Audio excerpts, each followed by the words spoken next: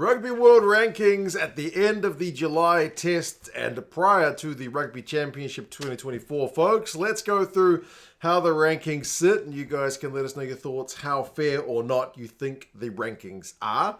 Not a lot of changes with the teams at the top end of the table on the left of my whiteboard, mainly because there was a lot of Tier 1 against Tier 2 clashes, so we didn't get the kind of big finale Ireland against South Africa deciding match.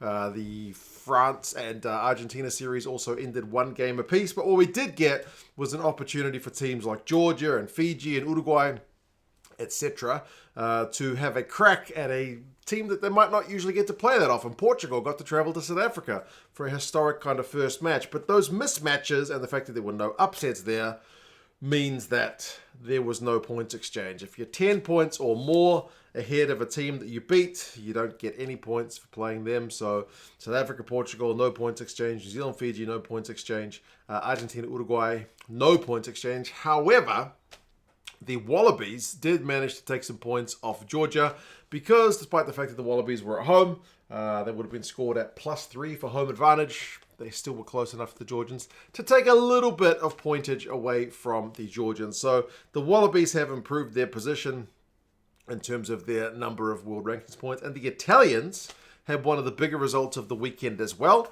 with their trip to Japan, where they beat Eddie Jones's side 42 points to 14. So the Italians also improved as well. That's why, if you can tell, their numbers are written in green, so they have slightly improved. But in terms of the actual positions on the table, none of those top 10 sides have changed. Wales were also in action, but they were playing a non-test match against the Super Rugby side, the Reds, who they managed to beat by a slim 1-point margin. The Samoans were not in action, and Japan have had a little bit of a drop since Eddie took over. They are now in 14th. I think they were in 12th when he took over. They are down to 71.63, remembering that they've lost to England at home, they lost to Georgia at home, and now they have lost to Italy at home. They also played 2 games against the Māori All Blacks. They had Japan 15, they lost 1 and won 1. So a bit of a rebuilding phase, I guess, for the Japanese at the moment, but they're at that kind of painful early stage of the rebuilding phase. I feel like a lot of people are taking a bit of joy in Eddie Jones's lack of immediate success with the kind of way, with the debacle around leaving the Wallabies. But anyway, it would be nice to see Japan's results improve, if nothing else. Tonga and Spain, though, in terms of genuine, I don't know if it's a big upset, but pretty decent upset. Tonga lost to Spain at home 29 points to 20. So after a pretty solid showing against Samoa a week before, Spain gets an away win, and they've actually gone up a spot in the Rugby World Rankings. They've gone up from 19th to 18th, and Tonga have dropped a few points there as well. So not enough to drop below Uruguay, but yeah, a bit of a blow for the Tongans. Remembering the Tongan Rugby League team is very kind of popular and well supported, at least in Auckland here in New Zealand. The rugby union team with results like that will struggle to compete in popularity because that's not a result you want to be having at home. Tonga losing to Spain, you couldn't think of that happening 20 years ago. But remember, Spain's been close to a couple of World Cups now. If not for some fielding ineligible player regulations, they probably would have made it at least to 2 World Cups. Now, the Rugby Championship is not too far away. At the moment, South Africa sit in that number 1 spot pretty comfortably above the All Blacks. Can the All Blacks take number 1 spot off South Africa? Well, not in the opening phases of the competition, because remember, New Zealand's playing Argentina at home, and South Africa is away to Australia. So if the All Blacks get home wins over the Argentinians, they will take no points from those games. The All Blacks are on 90.37. The Pumas 81.64. That is within 10 points. Remember, the All Blacks will be scored at +3 for home advantage, so that's 93.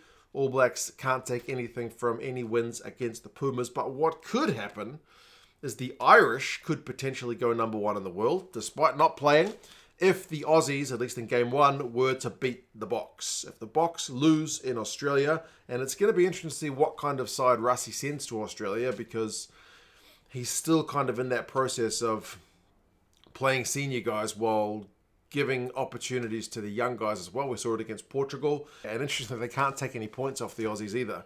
So despite the fact that the Aussies would be scored at +3, to take them to like 81.96, that's still more than 10 points below South Africa's 93. So South Africa and New Zealand, if they win both their games, get nothing. That's despite the fact that South Africa is away from home. But both sides will certainly drop if there's a win for Argentina or for the Wallabies. The Argentinians could pass Scotland if they were to get a win, and the Aussies could pass Italy, who is a side that they are not usually behind, but have been behind for a little while now.